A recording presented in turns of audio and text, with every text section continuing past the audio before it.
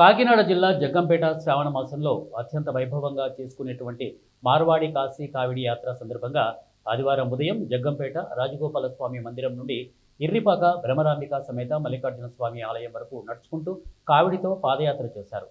భక్తి శ్రద్ధలతో ఎర్రిపాక భ్రమరాంబిక సమేత మల్లికార్జున స్వామి ఆలయం వరకు నడుచుకుంటూ వెళ్లి వారు భక్తి శ్రద్ధలతో మోసుకు వచ్చిన గోదావరి జలాలను ఎర్రిపాక మల్లికార్జున భ్రమరాంబిక అమ్మవారికి స్వామివారికి అభిషేకం చేశారు. మొక్కులను చెల్లించుకున్నారు. వీరికి రామవరం జంక్షన్లో తెలుగుదేశం రాష్ట్ర తెలుగు యువత ఉపాధ్యక్షులు ఆడబాల వెంకటేశ్వరరావు వారికి వాటర్ బాటిల్స్, డ్రింక్స్ అందించారు.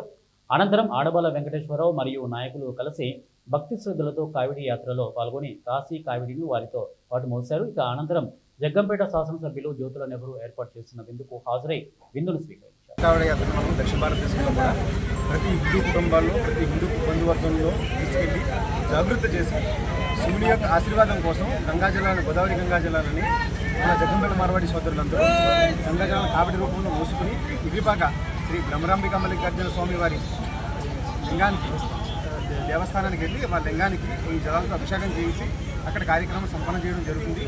ఈ కార్యక్రమానికి జగ్గంపేట నుంచి బయలుదేరిన కాడి నుంచి ఇర్రిపాక వరకు అన్ని వసతులు గౌరవనీయులు జ్యోతుల నెహ్రూ గారు ఆధ్వర్యంలో జరుగుతుంది కాబట్టి ఆయన